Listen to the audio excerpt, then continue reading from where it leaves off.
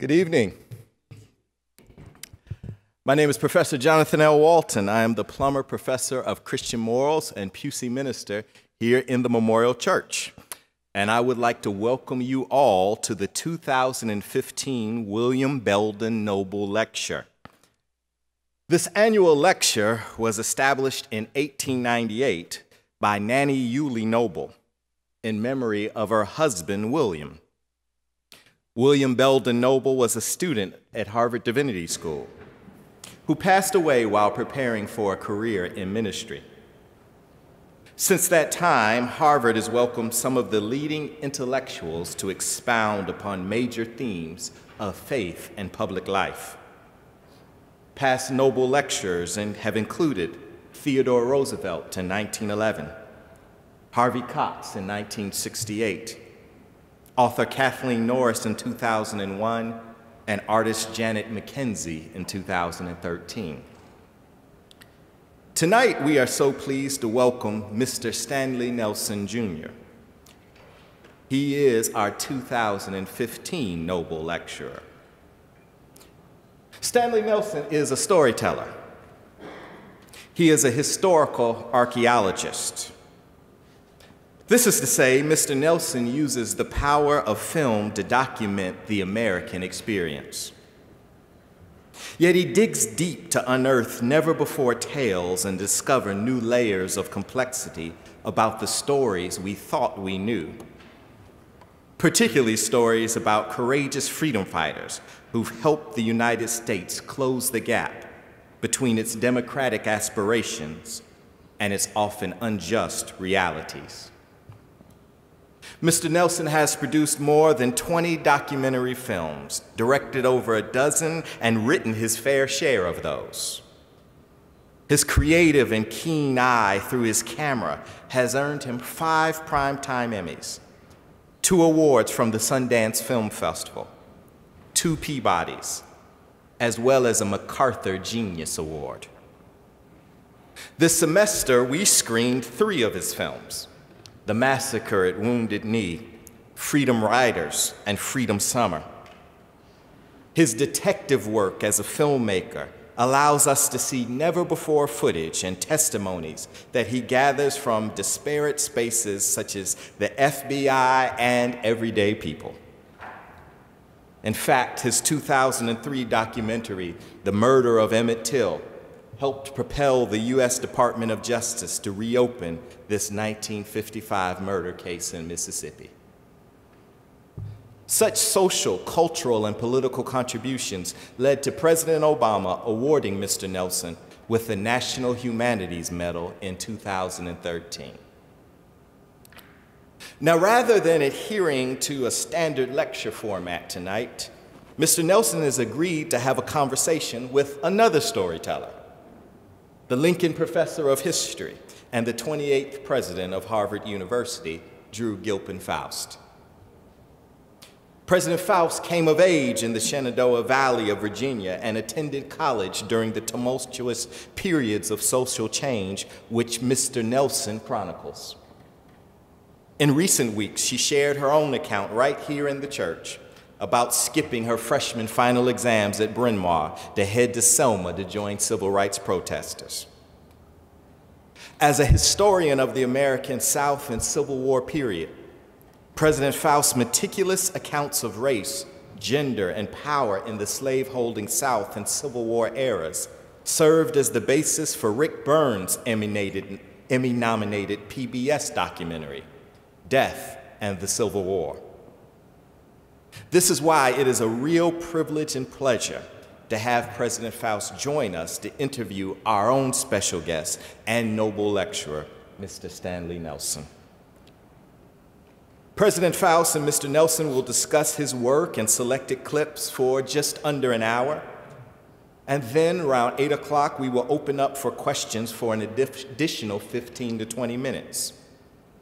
We have distributed index cards for you to write down your questions and then pass them forward to Alana in the back in an orange shirt. She'll make her way to the front when it's Q&A time. And then immediately following this, we invite you to join us for a wine and cheese reception in the memorial room. We have a handful of Mr. Nelson's DVDs on hand to purchase. So without further ado, I now present to you our 2015 Nobel Lecturer, Mr. Stanley Nelson, and President Drew Faust. Thank you, Jonathan.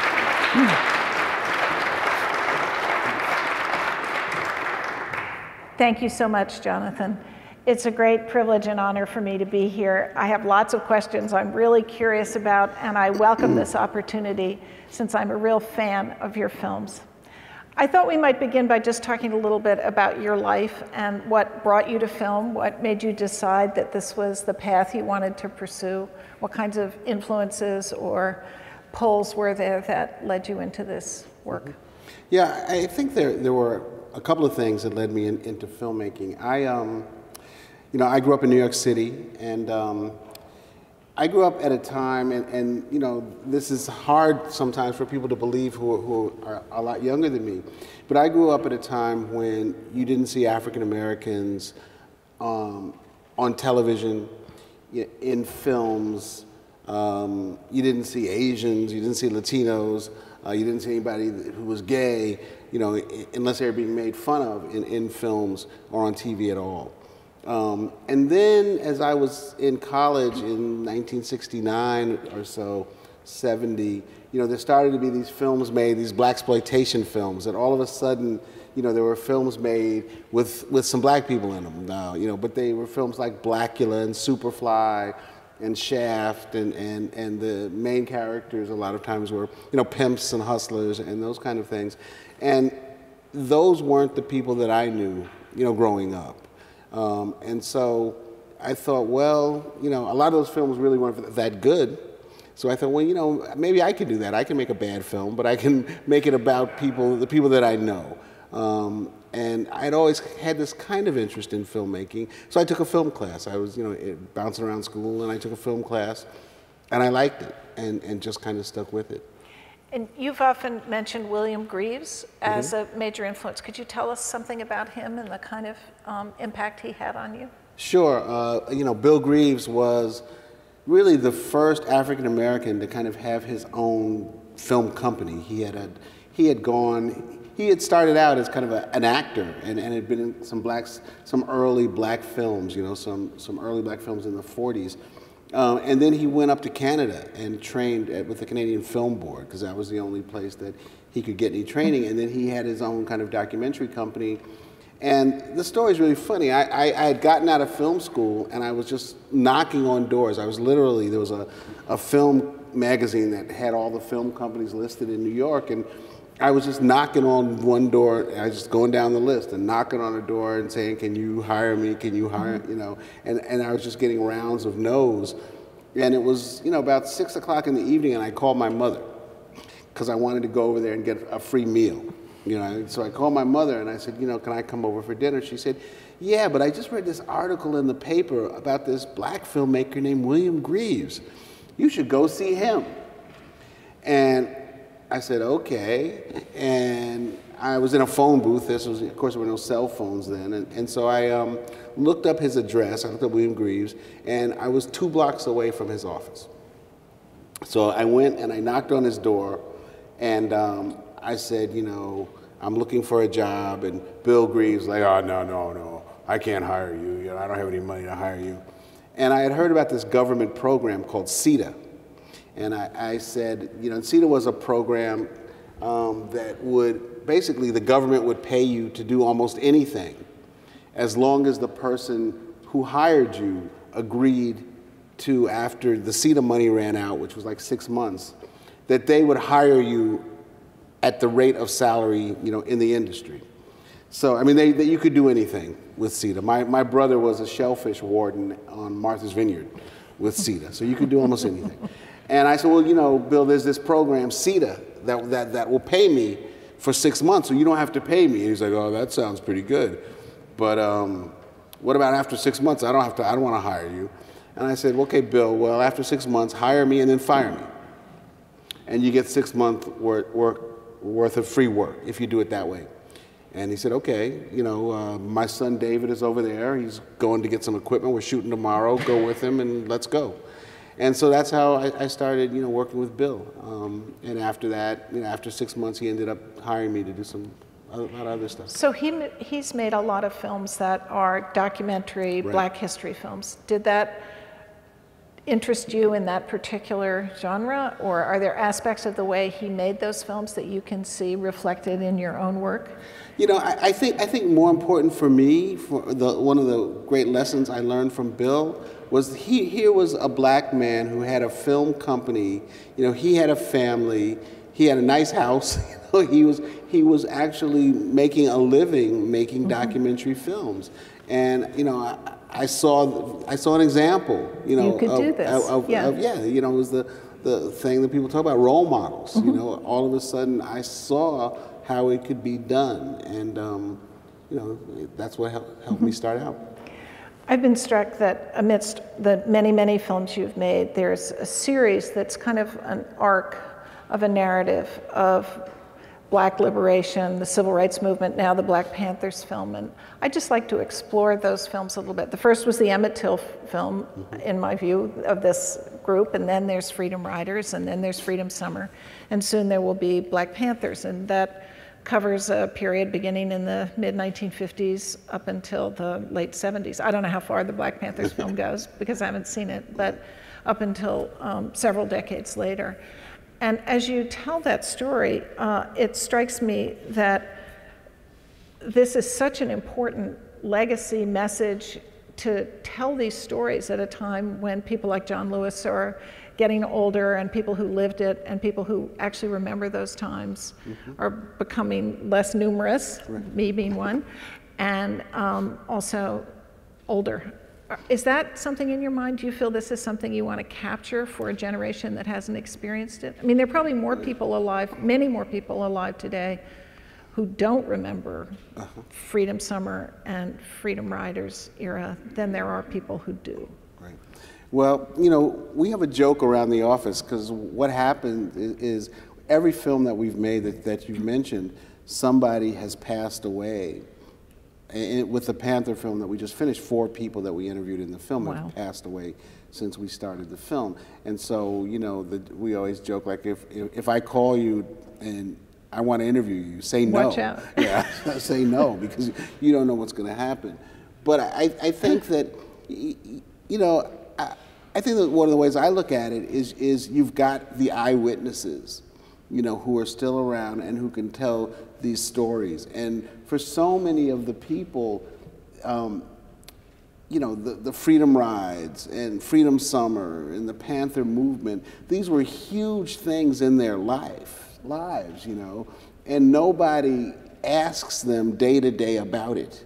There were people who were on the Freedom Rides who risked their lives and went to jail and risked beatings that did not become great famous people, and so a lot of times people are like, oh, Stanley, you do these great interviews, you're such a great interviewer, but sometimes I'm doing these interviews and I'm actually trying to get people to stop talking, rather than to keep talking, because they have this chance to talk about part of their lives, and they just go for it, and it's almost like they go back in time and become that person that they were 30, 40, 50 years ago. So it's just exciting. And then I think also, the film footage and the pictures from those times are just, it's kind of this magical period where it's old enough, but there's actually a lot of great pictures and a lot of great footage from those times. So let's look at some of that. Should we start with Freedom Riders, the very beginning part of the film, the first clip? Can I say something right before we start? Please. One of the things that we wanted to, we're going to watch the very beginning of Freedom Riders, for those who haven't seen it. One of the things we wanted to do was to really make this film, make it cinematic as a documentary, to really make it a film. And so you'll see some of that. We started with this neon at night because we just love the way it looks. I mean, neon at night, it has this thing that it does that we loved. And then we also wanted, you'll see in the first few minutes, we kind of we kind of wanted to like throw out all the tools that we had in the toolkit. You know, here's everything we got. You know, we have all this stuff, and if you just kind of stick with us, we're going to use all these things as the film goes on. So that's kind of the first few minutes, one of the things we were trying to do.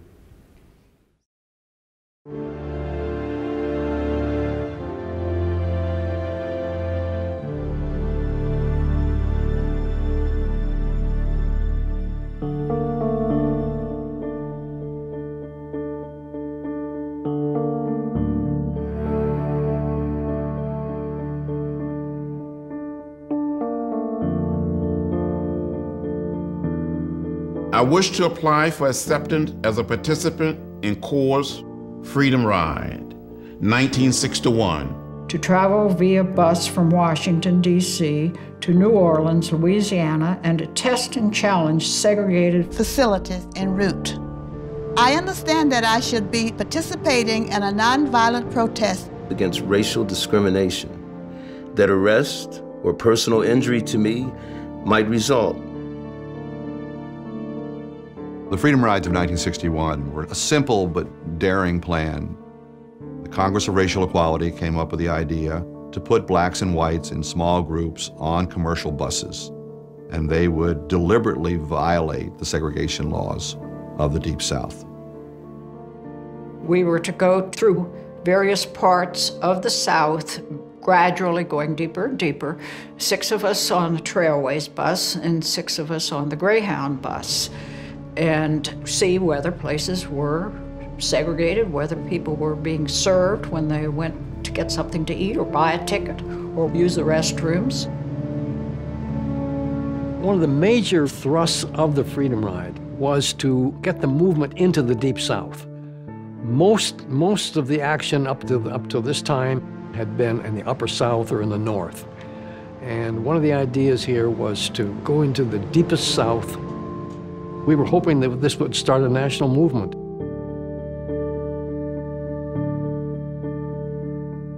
Corps had this set itinerary. They anticipated that this would be a 2-week trip, that it would culminate down in New Orleans with a real celebration on the anniversary of the Brown versus Board of Education decision.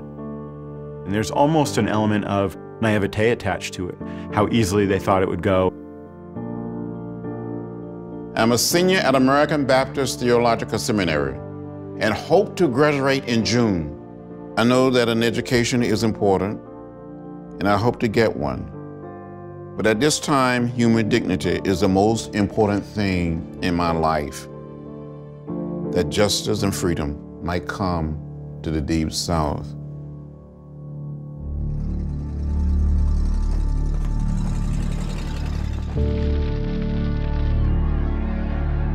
I have no doubt that the Negro basically knows that the best friend he's ever had in the world is a Southern white man. We talk about it here as separation of the races. Customs and traditions that have been built up over the last 100 years that have proved for the best interests of both the colored and the white people. There's not been one single change. The colored man knows where he stands. The white man knows where he stands. We have signs saying colored and white. The colored man knows that he is not to enter there.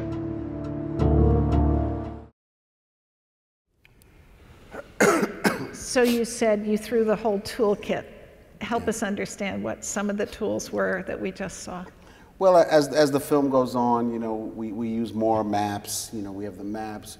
We have the shot of the bus, the wheels of the bus, and we do a whole bunch of stuff with that. You know, obviously we have footage, we have stills, we have the music, we have, you know, all of those things. We have the reading of the letters, the graphic of the letters coming on.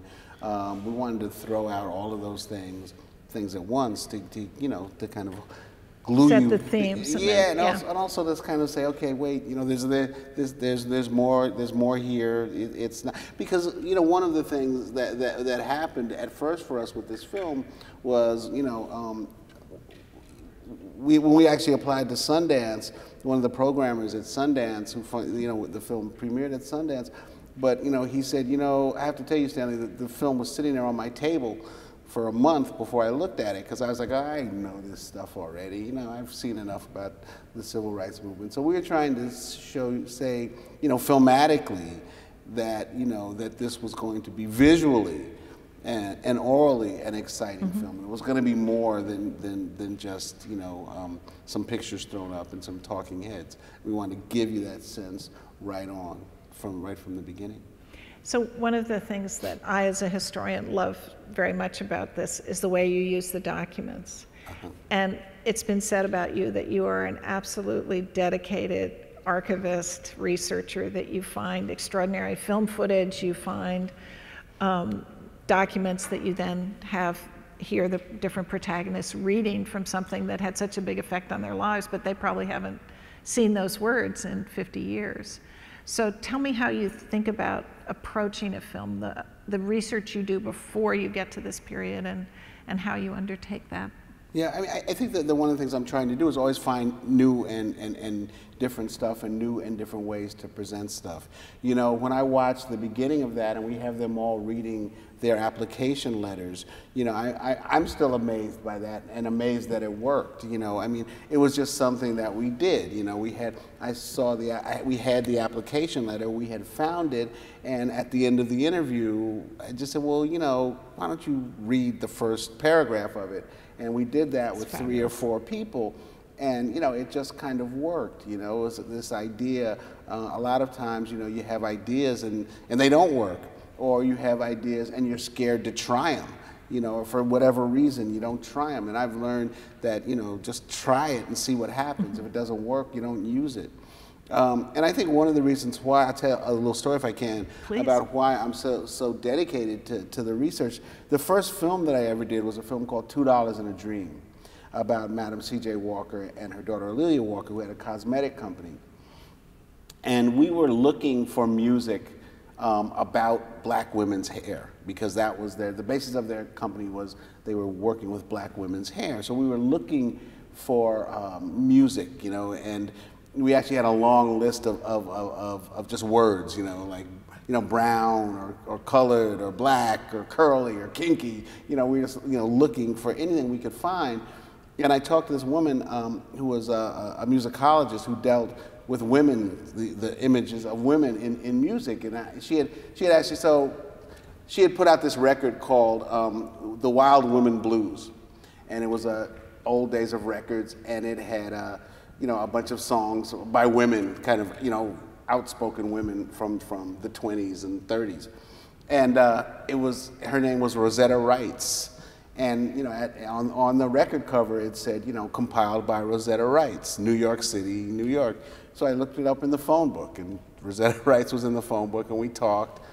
And I went and saw her, and we started talking, and she said, you know, I told her what I was trying to do. She said, there's a song, I've heard about this song called Nappy Headed Blues.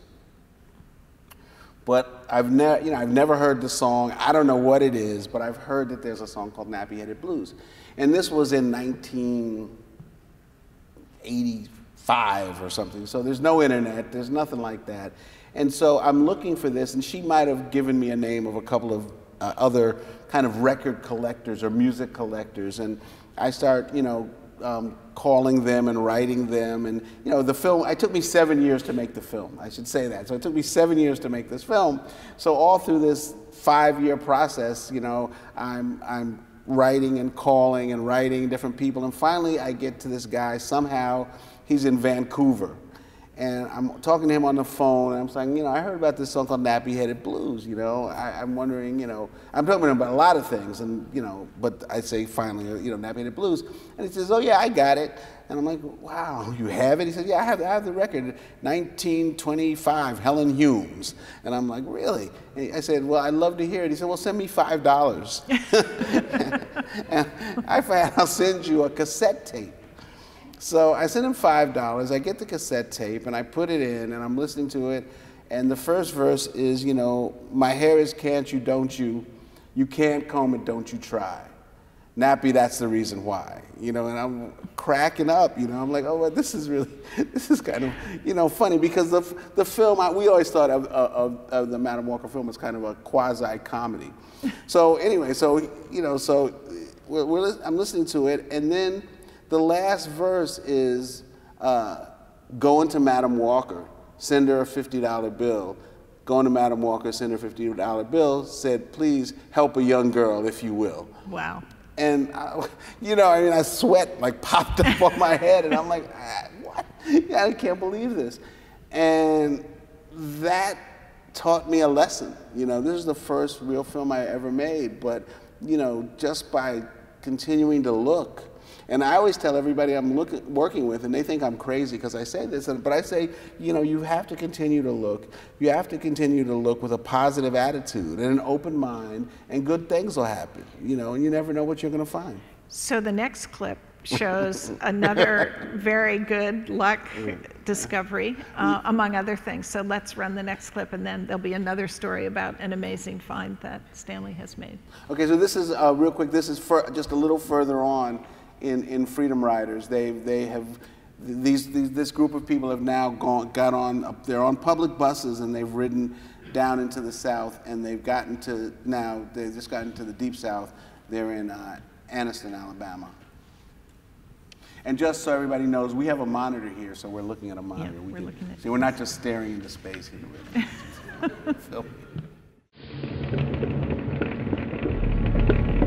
Eventually, we heard that sickening sound of tires going flat. There was a commotion outside, so I walked to the front of the store to see if I could tell what was going on. The bus driver came out, and he went out to look at the tires, and when he realized how flat and hopeless they were, he just walked away from the bus and just left all the passengers to fend for themselves. He just walked away. We were now in the hands of this mob. It didn't look good for us.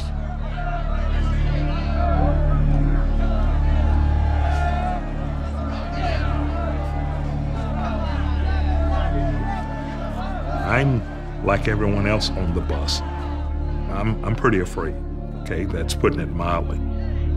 I watched as a man raised his arm above the crowd with a crowbar, and he broke out one of the back windows of the bus. You could hear him say, throw it in, and asking, where is the gas, where is the gas? The hand went down, and when it came back up, it had some object in it that he threw into that hole. And there was immediate flash fire on the bus. Pretty soon, the whole back of the bus was black. You couldn't even see in front of your face. So I ran up to the front of the bus, and I tried to open the door. Only thing I could hear is, let's burn them niggas. Let's burn them niggas alive. At that moment, the fuel tank exploded. I heard somebody say, it's gonna go, it's gonna go. And they ran, and that was the only way we could get that door open. The door burst open and people just spilled out into the yard. They were practically tripping over each other because they were so sick and they needed to get some air.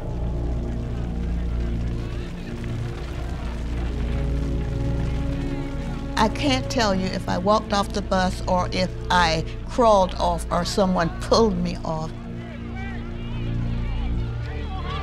When I got off the bus, a man came up to me, and I'm coughing and strangling. He said, boy, you all right? And I nodded my head, and the next thing I knew, I was on the ground. He had hit me with part of a baseball bat.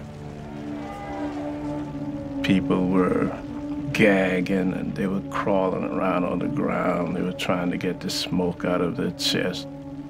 It was just an awful, awful, awful, awful scene. It was horrible. It was like a scene from hell. It was the worst suffering I'd ever heard.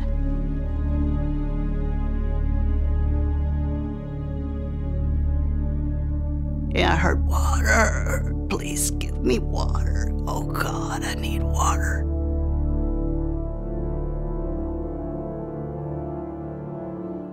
I walked right out into the middle of that crowd. I picked me out one person. I washed her face. I held her. I gave her water to drink. And as soon as I thought she was going to be okay, I got up and picked out somebody else.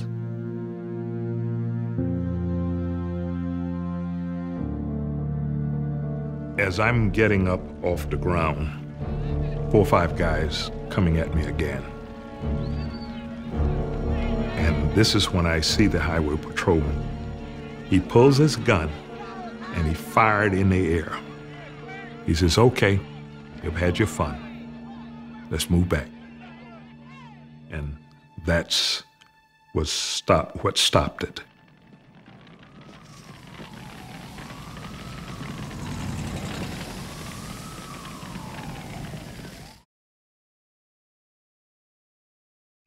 So this amazing footage at the end of the bus actually burning has an interesting story. So tell us about that footage. Yeah, you know, we were doing research into the whole Freedom Rides, and after this incident, the FBI held hearings. Of course, you know, they didn't find anybody to convict of anything, but the FBI held hearings. And, you know, we were reading through the transcript of the hearings, and there was this one guy who they called to the stand, and we're reading it, and we didn't recognize his name. And it turns out he was someone who lived down the road from this, and he says in his testimony, my son, when we heard the commotion, my son ran out, and we had just given him an 8mm camera for his birthday, and he shot these scenes of the bus burning. But I don't have the footage anymore because the FBI confiscated the footage. So we're like, wow. So we call the FBI and we ask the FBI, you know, do you have this footage? And they said, we don't know what you're talking about, any footage. So we Xeroxed the copy, the page of the transcript, we scanned it and sent it to the FBI and said, here's the testimony of this guy who says you all took the footage. And they say, oh, okay, we'll get right back to you. And 6 months later, they call and say, okay, so we found the footage, do you want it? We said, yeah, send it. And so that's what it was. And I think that, you know, because I thought a lot about it and been asked about it, and I think what happened was that the FBI felt so embarrassed that it was like this thing for them to find the footage. You know what I mean? Like if they confiscated it, then they had to have it. And if they had to have it, then they had to be able to find it because they're the FBI. So they found it and gave it to us, and we're like, well, how much do we have to pay? They said, no, it's, amazing story. Public record. Divine intervention, I think. Got that to you. When we were talking yesterday, you spoke about how you saw the voice of this woman who was then a little girl giving water to the people being attacked on the bus, why you thought that was such an important element in the film. And I found that really interesting. Would you say a little more about that? Sure. I should say that because we picked up the story, in the middle, the woman who gives them water, she was a 12-year-old child at the time. And I have to say that, we had heard this story, and, I hadn't filmed her. She was like the last interview that we filmed, because we're like, do we really need this? Do we, and that was divine intervention that just somehow, just was like, okay, let's film her.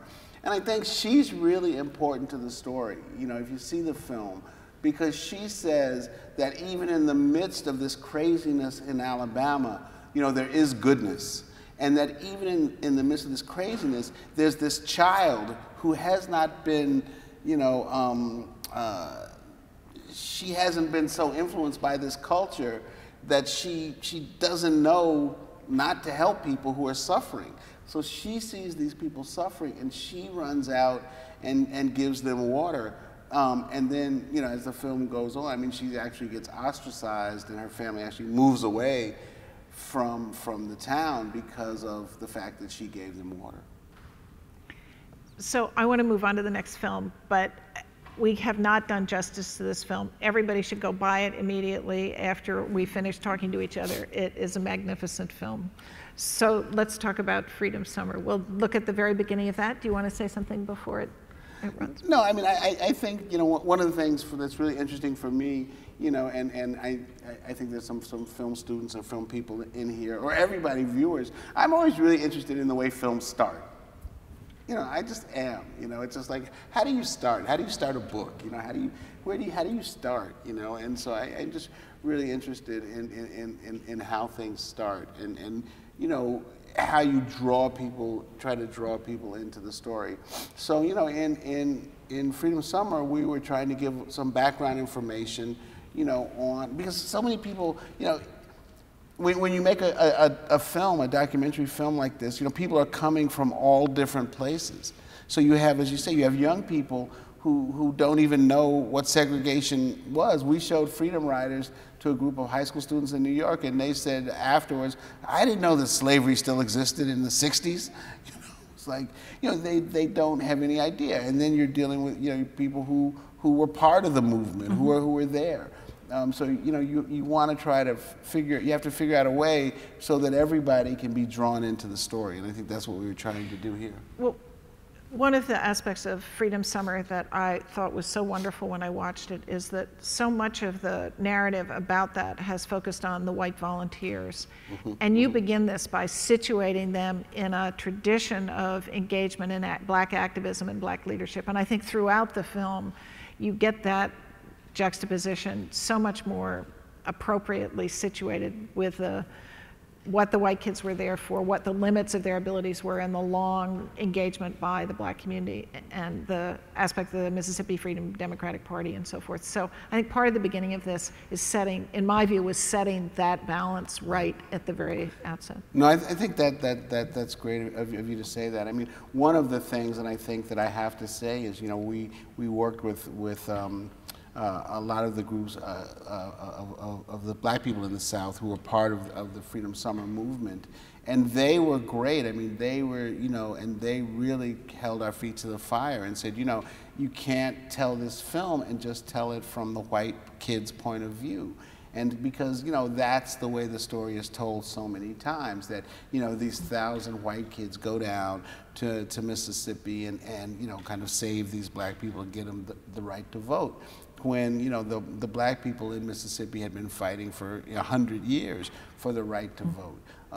And that, you know, and so it's a delicate balance, because the white kids who went down there, you can't belittle what they did. I mean, Schwerner and Goodman died, you know, because of, you know, volunteering, and you know, they were incredibly brave. So how do you, you know, tell this other story too, without belittling the heroics of these white college kids, you know, basically college kids who went down there.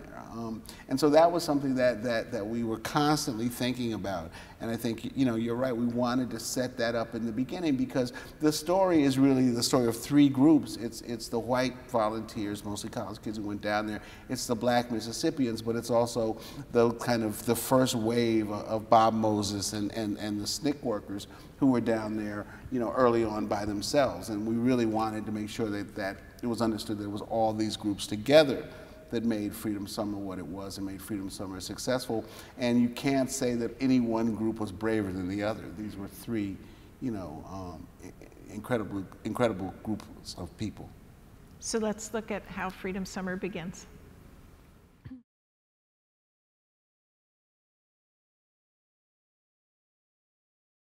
Hear that freedom train a-comin'. Hear that freedom train a-comin'. Well, hear that freedom train a-comin'. Spending a summer in Mississippi taught me a lot about this country. My high school social studies teacher taught me that we all have rights. Mississippi summer taught me that we didn't all have rights. They'll be coming by the thousand. When we began to go to Mississippi, the black people we met there were not interested in lunch counters. They weren't interested in sitting in the front of the bus. There were no lunch counters. There were no buses. They wanted to vote. It'll be carrying registered voters. It'll be carrying registered voters. I just made up my mind that I was going to be a registered voter. I never wanted to be a politician. I just wanted the right to vote. I don't want the nigger as I have known him and contacted him during my lifetime to control the making of the law that controls me, to control the government under which I live.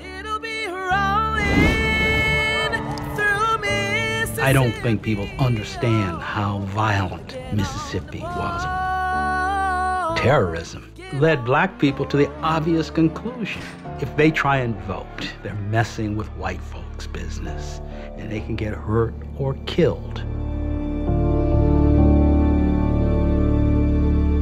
We hope to send into Mississippi this summer upwards of 1,000 students from all around the country who will engage in what we're calling freedom schools, community center programs, voter registration activity, and in general, a program designed to open up Mississippi to the country.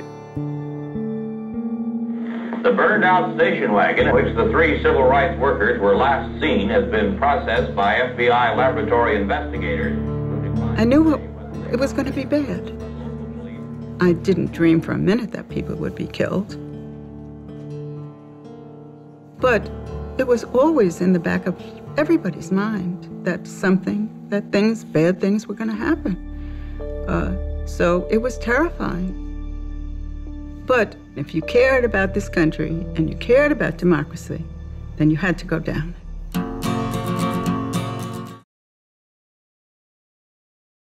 So you spoke about music in the Madam Walker film, and music obviously plays a huge role in both freedom riders in this film, and we've heard some of it here. Talk about how you think about music as you make films. Well, first I should say that, I'm a music lover. I am one of those people that just has music on all the time.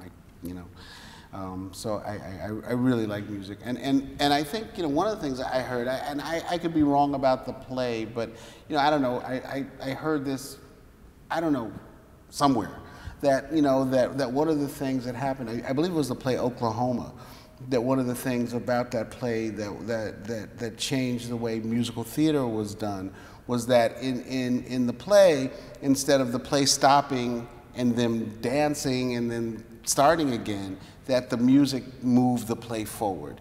It helped move the play forward. And so I always remembered that idea. So I always am trying to think about how music can help move the film forward, and be a real piece of the film and not just, something in the background. But, and not always. Sometimes, we just have what we call movie music that just, it's a little tension music as the bus is burning. But sometimes we have songs like the song that starts this film that really is a piece of the story. And so that was another piece, that song, Hear That Freedom Train Coming, where, we were looking for songs about Freedom Summer. And we found, we had someone who was helping us do research, and she found the sheet music from the song. And we couldn't find a recording of the song. So she found the sheet music. So we had a guy who was composing the music. So I said, well, just play it for me. What does it sound like? And he played it, and we said, yeah, that sounds pretty good. And so we got this woman who you hear in the beginning to sing, and that's kind of him on the organ, because he had just bought a Hammond B3 organ, so he really wanted to put it in, and it fit.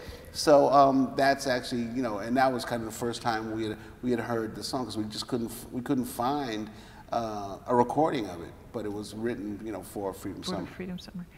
And just to note, you don't ever use narration in films, or mostly not? I mean, does music in some sense substitute for the omniscient narrator? It helps. It helps. I think, you know, we've used narration in a lot of films. You know, Murder of Emmett Till has narration in the black person. We used, in the last few films we've made, we haven't used narration, partially because, you know, we're coming closer to now in terms of some of the films we made. So there's a lot of eyewitnesses and who are vibrant people, and we're like, well, you know, let's try to do it without narration. I think Wounded Knee that was shown here has narration. We tried to make that film without narration, but we just couldn't do it. It just was so complicated, and there was so much kind of backstory within that film. You know, it's about the takeover of Wounded Knee in 1973, the town of Wounded Knee, but there was so much backstory. You know, so like, why would a group of Indians, you know, take over this little town, you know, in Dakota? For, you know, it was just too much to try to tell, you know, with just the people who were there. There was so much that we had to go back and tell. So I want to make sure we have time for questions. So I want to go on to the next clip, which also has a musical theme that we can focus on as well. Okay, so real quick, this is later on in the summer. The 3 civil rights workers, Cheney, Schwerner, and Goodman, they disappeared the first day of Freedom Summer. The first day Freedom Summer was to begin, they disappeared, and the whole summer had been spent with that shadow of these three men who had disappeared, and the bodies had never been found, or nothing had ever been found, and nobody knew what had happened to them. So that's kind of something that had colored the whole summer up to this point. On August 4th, 1964, at the Mount Olive Missionary Baptist Church in Meridian, Mississippi, Pete Segal gave a concert. You know, we were all into James Brown and all of that, and here, you know, we got a guy who's a folk legend that comes to Meridian, and we were told that he's going to do this concert. It was a small church, so there were about 200 people there, and I'd been singing to them, I guess, on a slight raised platform, probably near the pulpit. And I'd gotten them singing with me. And all of a sudden, in the middle of a song that he was singing, someone came over and whispered into his ear.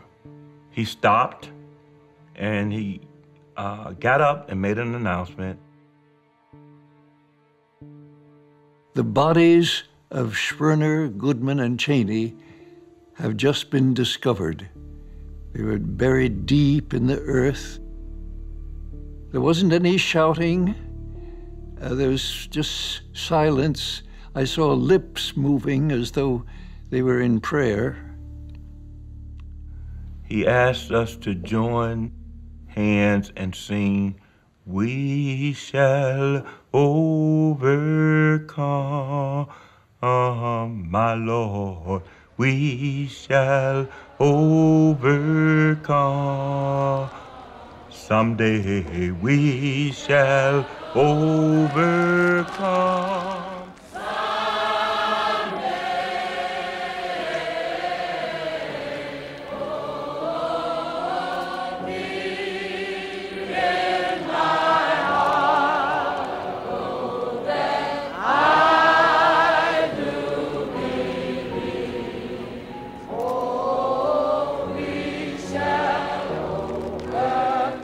I got a call late in the evening, at least this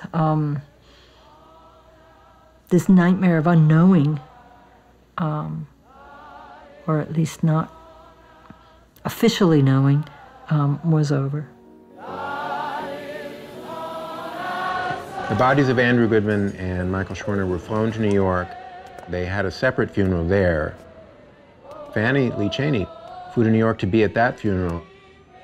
The families by then were so together, even though they had never met before. The mothers locked arms and walked out of the church together.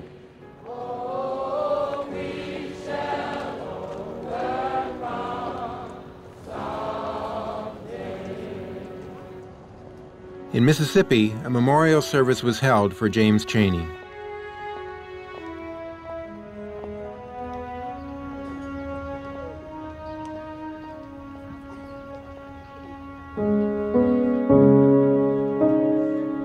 The decision had been made by family members and local leaders and others that they wanted to keep this very quiet and then low-key, rather, did their eulogy. I want to talk about is really what I really grieve about. I don't grieve for Cheney because the fact I feel that he lived a fuller life than many of us will ever live. I feel that he's gotten his freedom. We're still fighting for it. Dave Dennis's speech was a turning point in the summer because everybody wanted him to say the usual things that you would say at a funeral. And Dave Dennis just couldn't do it. He challenged the people at the memorial, and he challenged the whole movement. You see, we all tired. You see, I know what's gonna happen. I feel it deep in my heart when they find the people who killed those guys in Neshoba County. All the different emotions and things I've been going through leading up to this particular moment began to come out, boil up in me, you might call this. And then looking out there and seeing Ben Cheney, James Cheney's little brother, I lost it. I totally just lost it. Don't bow down anymore. Hold your heads up. We want our freedom now. I don't want to have to go to another memorial. Tired of funerals. Tired of it. Got to stand up.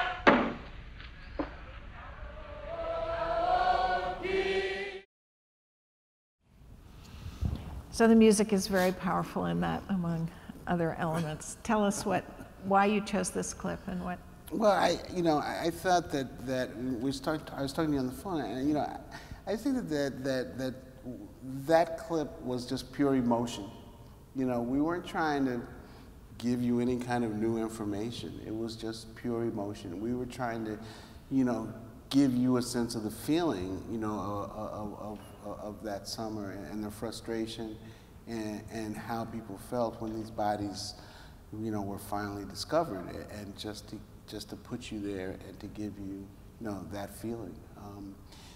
As it was playing, I leaned over and said to you, one of the things that was really funny for us was, we have the one guy singing, and it kind of dissolves into the whole group singing "We Shall Overcome," and somebody told me later on, well, that only works because they're singing in the same key.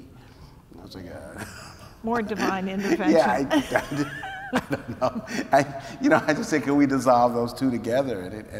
And it kind of really worked. But right there again, we're just trying to give you, that the full emotion and bring you along.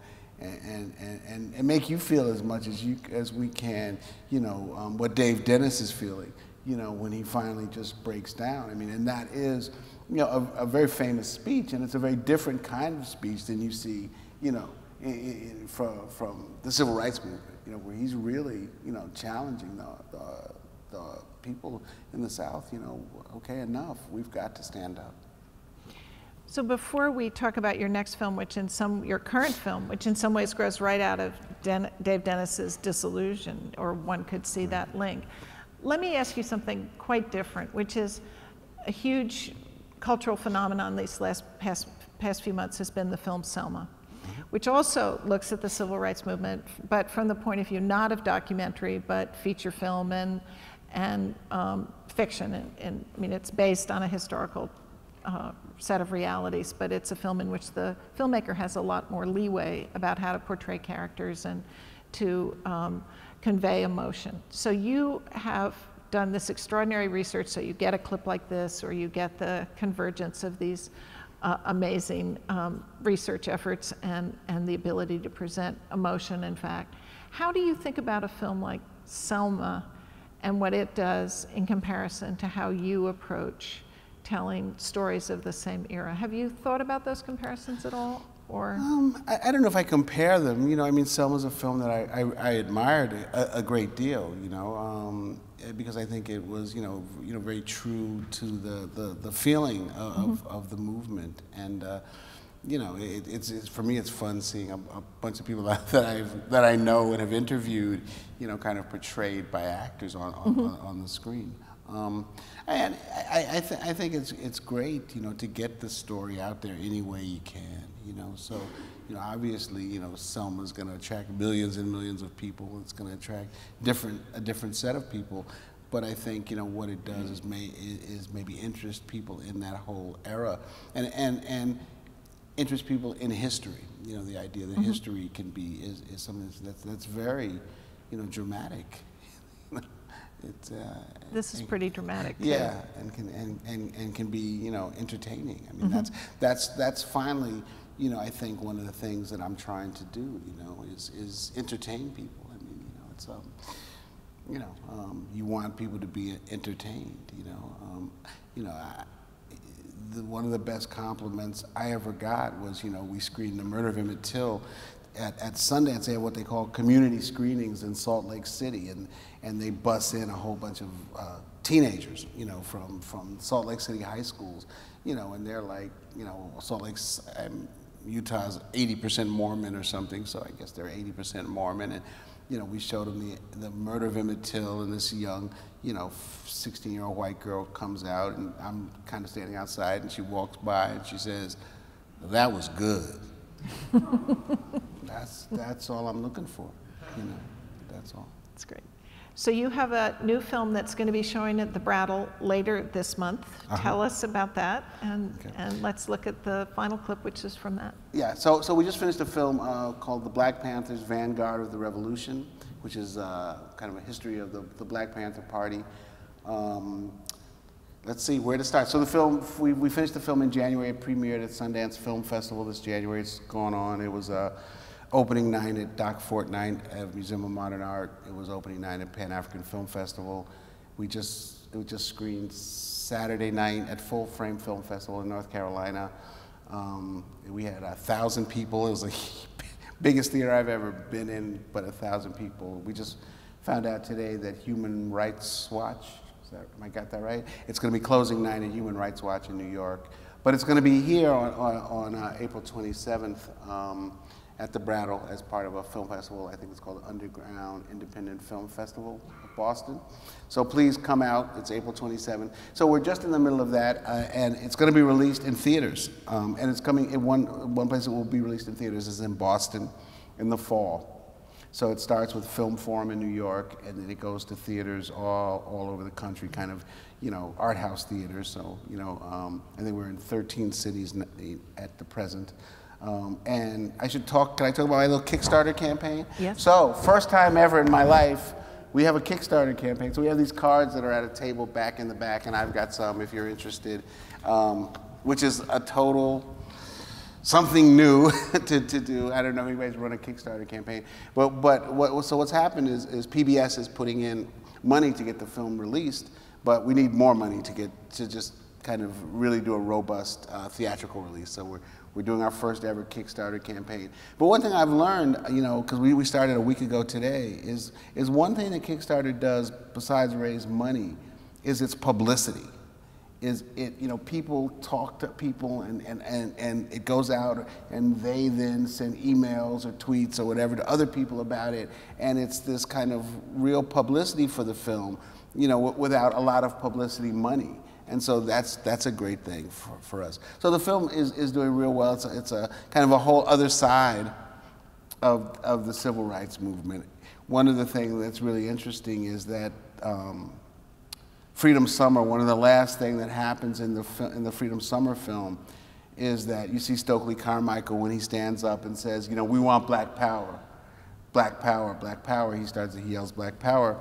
And that's one of the first things that you hear in the Black Panther film, is him yelling Black Power, Black Power, Black Power. So there's this direct connection between, all these pieces of the movement. Chapters. Chapters, yeah. I'm very proud of the Black Panther film. I think it's a very exciting film, and it's something that you haven't seen before. We talked to a lot of people who were part of the Panther movement, who were part of what you call rank and file, who were just in the movement. We talked to cops in LA and Oakland. We talked to FBI informants.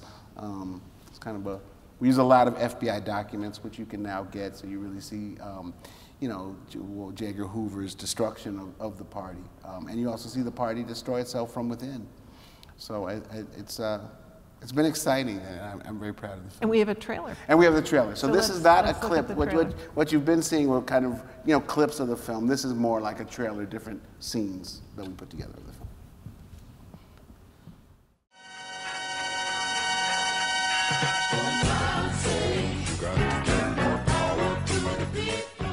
The thing that led to the Panthers was what we were seeing on television every day: attack dogs, fire hoses, bombings. We stand on the eve of a black revolution, brothers. I was a cocktail waitress in a white strip club 2 years before I joined the Black Panther Party. How did that happen? The rage was in the streets.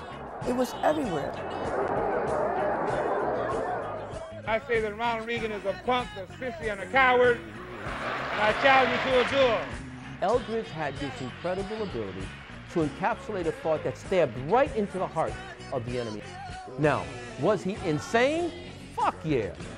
That boy was crazy. They were trying to change government as we know it through terrorist activity. The State Assembly was in the midst of a heated debate when the young Negroes, armed with loaded rifles, shotguns, and pistols, marched into the Capitol. Do you feel the nation is in trouble? I think very definitely it is. Well, what is the answer? The answer is vigorous law enforcement. How about justice?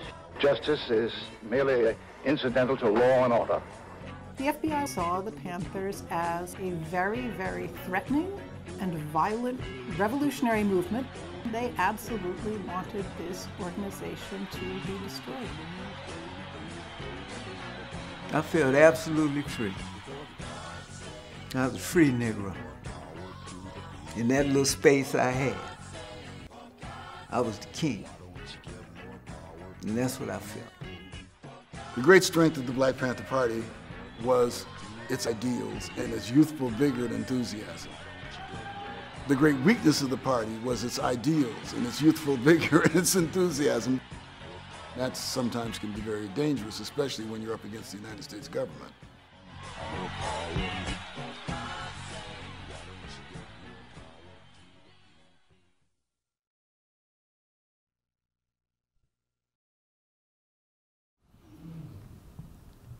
Can't wait to see it. So now, Jonathan, you have some questions from people that they would like to pose. Absolutely. I'd like a lot of them. Please pick up your questions and cards, and please write them down. Professor Guinier, we'd love a question from you. And while she's doing that, I actually want to ask the first question, if you don't mind. Sure. Mr. Nelson, we witnessed and you discussed the 12-year-old white girl in Mississippi who essentially was forced to leave town for aiding freedom riders. When I watch the films, it seems when you interview many of the local white leaders who upheld segregation, they often spoke about it theoretically. They would say things like, well, what you have to understand about the mindset at the time, you know, that sort of thing. Were there ever any respondents who were candid about and took full responsibility for their words and deeds in upholding segregation? And what did that look like and even feel like for you as a filmmaker? Yeah, I think, I'm sorry, I'm just forgetting the name of the governor of... Patterson? Patterson, right, of Alabama, Governor Patterson. I mean, I think Governor Patterson is very forthcoming. I think Governor Patterson, you know, it's just an amazing interview with Governor Patterson, as you know, he talks about why he did what he did, and he's not, you know, apologetic about it. I think one of the things as we were watching the clips that I had meant to say, though, I think that one of the things that was really important to us in both Freedom Riders and Freedom Summer was that we used clips from people from back then, because we really wanted to give you and the audience the sense of what people were saying back then, you know, because it's impossible really almost for people now not to be reflective about what was happening. We really wanted to use the voices of people from back then. But I think, you know, you get it. You get the guy in Freedom Riders who talks about, you know, I just wanted to hurt somebody, you know, I just felt like I just wanted to kill one of them. So I think you get the sense. But I think one of the hardest things to find is actually someone from the South, you know, the Deep South, who's going to talk about it as if they were still there. You know, we got the guy who in Freedom Summer who was part of the Citizens Council who talks about it, you know, very openly, being part of the Citizens Council, and he's still a segregationist and a racist. Is that William Scarborough? Yeah. Do you know William Scarborough? There's a historian named William That's Scarborough. Him. That's him. That's him. He's a historian. He wrote a book called The Overseer. Yeah, that's him. That tells you something. That's him. Yeah. And you know, I mean, he's still. I mean, we were looking for again that kind of, you know, unadulterated opinion, and people were like, well, you should talk to William Scarborough. And we finally got to him, and you know, that's what he feels. I mean, he feels that white people, you know, there's a lot of white people who have the same feelings that he does, but they just won't. They're too politically correct to talk about it, and he's not, and he's gonna, you know, put it out there, and so he does. I have to say that the day it came to interview him, he wanted to chicken out and not be not be interviewed. So we had to kind of talk him back into it. But you know, he's pretty outspoken. I think you answered one of the questions we received, which was about whites in the Deep South in the 60s acting in such inhumane ways. And have you ever considered making a film to tell their story? I think that you just kind of answered that in terms of how candid people would be. Yeah, I mean, again, I think that's a hard one to get. You know, it's really hard, and we struggle to get it because we look at it. You know, I think that one of the things that I'm looking at, you know, to give an example in Freedom Riders is how, you know, how it makes sense, how it made sense to somebody to try to kill people because they were sitting together in the front of a bus. You know, so what is it that how does that make sense? I think that we do a fairly good job of giving an idea of the Southern mindset. But I think that one of the things that was really important to us was, again, to use clips from back then. Mm-hmm. So you really hear from people back then talking about how they felt. Mm-hmm. Here's a great question. As many of the Freedom Riders and Freedom Summer participants were students, can you speak to the ways university administrators related to their activism? Did university presidents think their students were going about making change in the quote-unquote right way? You know, I'm not an expert on this by any means, but I think in general, at that point, the students were leading the faculty in most instances. You know, a lot of the Freedom Riders were begged kind of not to go, not to do it. You know, you should wait, you should be more cautious. You know, and that's just the way things are sometimes.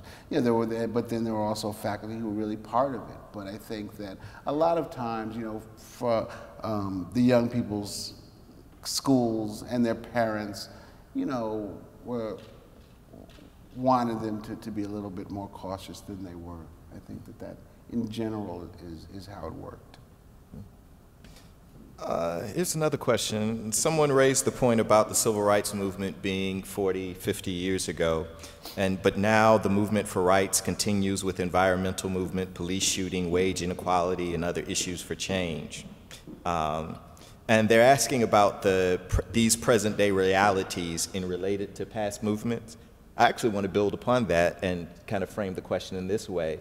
In terms of your own animating moral impulses as a filmmaker, do you see the connection, and are you intentional about this? Or oftentimes in the academy, you know, we'll kind of hide behind disciplines and we'll say, oh, as a historian, I'm just, you know, telling the story. But if you could speak a little bit about your own moral impulses that drive your work. Well, I'm not a historian. So I think, you know, I mean, I hope that the films that I make don't live in what I call a historical bubble. We're not, you know, I mean, I hope that they exist, you know, as a historical record, but I think the whole point is to kind of drive us forward. I hope that, you know, one of the things somebody asked me, you know, is why don't you, you know, like go forward in Freedom Summer and say, and today, you know, we were able to elect a black president. Well, I don't think you have to do that in a film. I think those connections we make as an audience. But I do hope that there is something that people get out of these films that relates to their lives today. You know, both Freedom Summer and Freedom Riders have been used by groups all over the country and all over the world. You know, one of the greatest things that happened to me, you know, probably in my filmmaking career was I was at a conference with the people who made the film The Square about the revolution in Egypt, and the guy, I introduced myself, who made The Square, and he said, "Oh my God, we watched your films in the square." Oh, you know, my gosh. We watched your films, they motivated us. I was like, you know, oh my God, what could I say, you know, to that? So I'm hoping that's what, you know, these films do. When we did Freedom Riders, one of the immigrant rights groups, and immigrants picked up that film, you know, something we'd never thought about, but, you know, they just took it and ran, you know, and did all this stuff with the film to where we had to really try to catch up so that we could help them, you know, use the film as a tool, an organizing tool. So, you know, I mean, I think that hopefully the films will be used.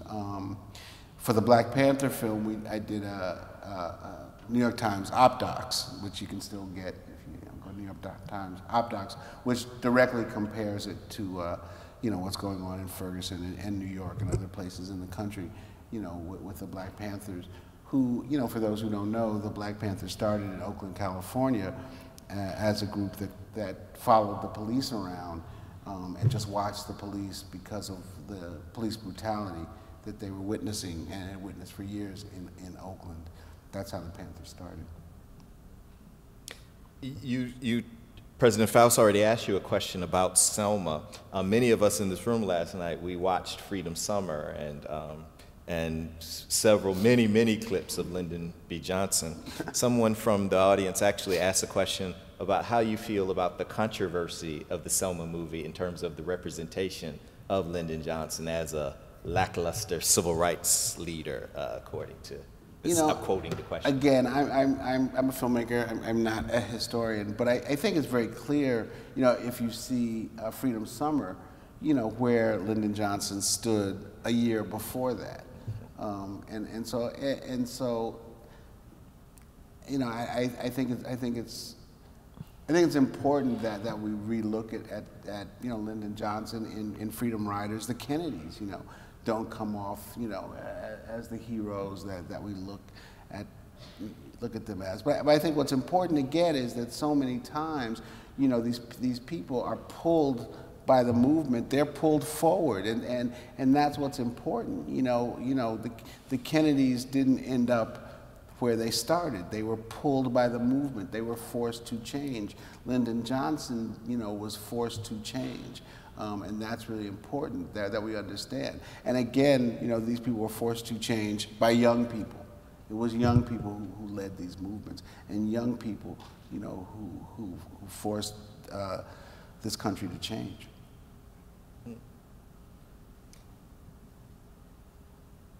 Making these movies, how have you kept the faith regarding civil rights? Three-part question. How have you kept the faith? Why haven't you, quote unquote, gone Hollywood? And how about Attica as your next film? Ooh. That's really funny.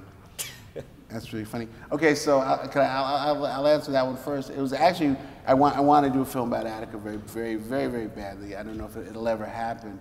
We actually, when we started Freedom Summer, I had an idea that we could do Attica and Freedom Summer at the same time.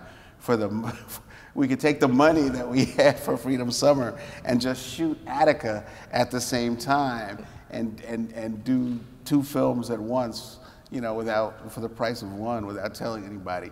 But it became too complicated, and it couldn't happen. But Attica is something I would love.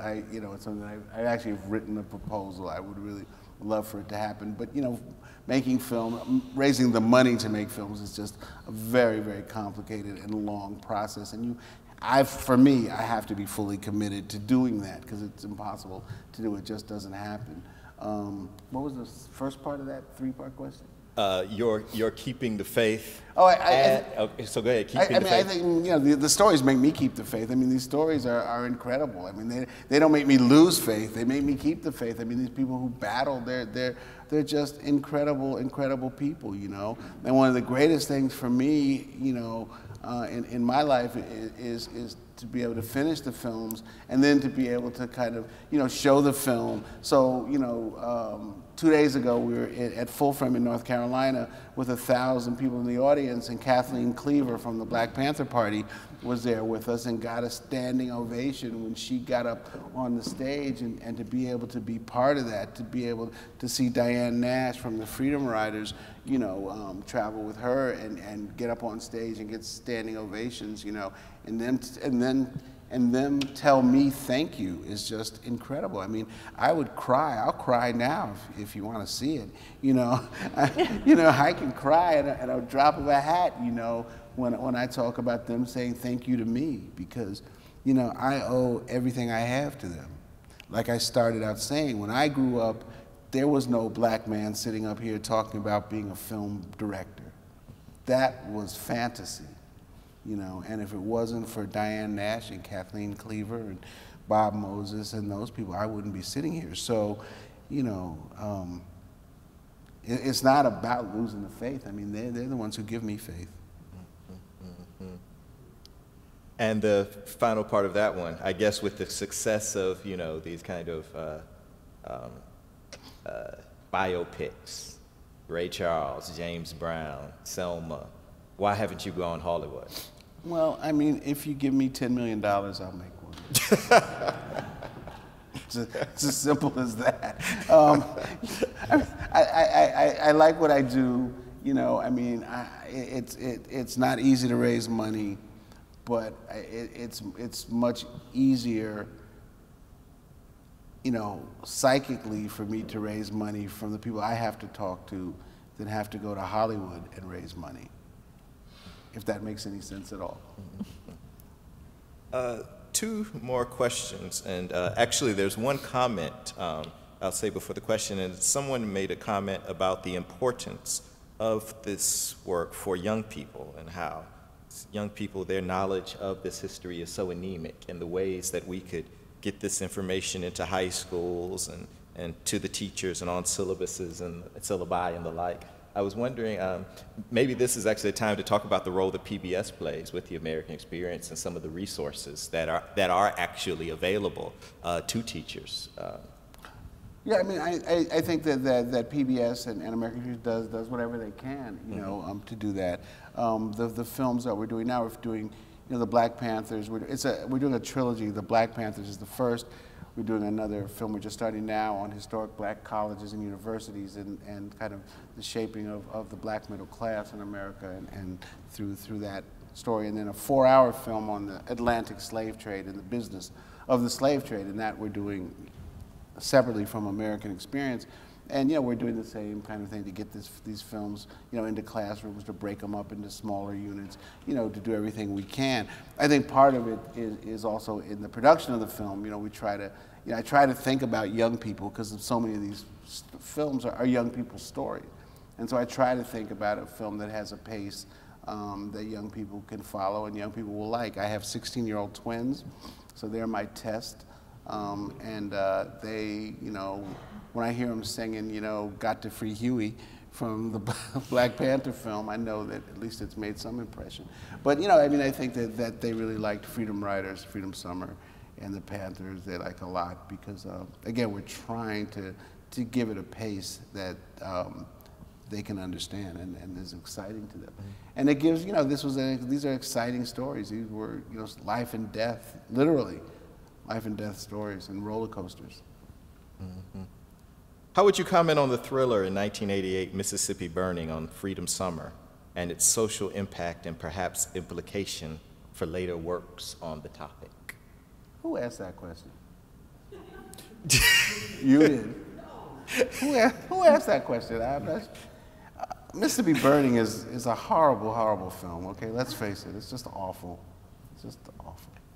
And I mean, and that's not being opinionated. You know, I mean, there's a story that says the FBI, you know, were the heroes, and the heroic FBI, you know, when J. Edgar Hoover refused to do anything.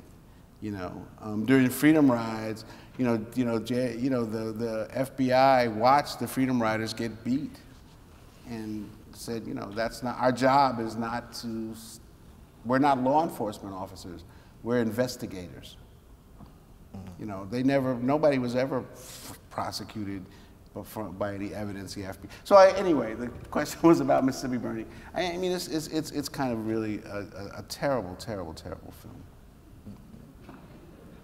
film. I mean, and most people, you know, I mean, I didn't know if somebody was serious or just wanted me to go off. Is that why they asked that? Give you that opportunity. My wife asked that. This is the final question of the night, and I'm actually going to kind of combine two questions here. One is about and just kind of let you speak on this however you will, and let you give your concluding thoughts. One is about the kind of diverse and multidimensional phenomenon of what we call America, and what are some of the organizing principles that you might consider when making a movie, consider whether political doctrines, health protection, ideas of freedom. What are some of organizing principles that help you, I would say, tell these stories in more complicated ways? But then also someone asked about a kind of transnational dimension or a more diasporic approach. So linking, for example, these sorts of movements against injustice, racism, segregation, and say with apartheid in South Africa. And might you ever consider that direction? The first question part of it, I had no idea what you were saying, so I don't know what that was about. The second, you know, who knows? I mean, at one point we were really trying to work on a film about the way race was looked at, you know, in the United States, in South Africa, and in Brazil. You know, and kind of comparing those three places, because I think it's very, very interesting, you know, and that there's this slight, it's like a twist and a twist and a twist on how race is looked at, you know. So it just never happens. Who knows if it will? It might. So it's, you know, it's hard to say. I mean, there's so many great stories out there, and so many, you know, different ways to tell them. I just don't, you know, I don't know where, you know, it's going to go. I don't know. But right now we have the Black Panthers. Right that now will be at Brattle Street. Wait a minute. Right now we Black Panthers will be at Brattle Street on April 27th. Yeah, we'll be on April 27th. Please come out and see it. It is kind of a, you know, a really an advanced screening, and then it'll open up here in Boston in the fall. And be around in the fall. And I would love, you know, if you can, get one of these cards, and they'll tell you how to get the Kickstarter information. And again, Kickstarter, you know, as I'm learning, is not all about contributing money. It's about like getting out there to it's a whole new way of getting people to know about films, you know, because we don't have the money we'll never have the money in the best of all possible worlds to, you know, have a commercial on during the NBA Finals, you know, or during the Super Bowl. You know, we just don't have that kind of money. But there are other ways that we find out about stuff. There are other ways that things happen, and that's one of the ways that films are spreading. So it would be great. There's cards back there. But I hope you guys get to see the film. I'd love to hear what you think. Please, everybody, join me in showing your love for Mr. Stanley Nelson and President Drew Faust. It was fun. That was great. Thank you so much.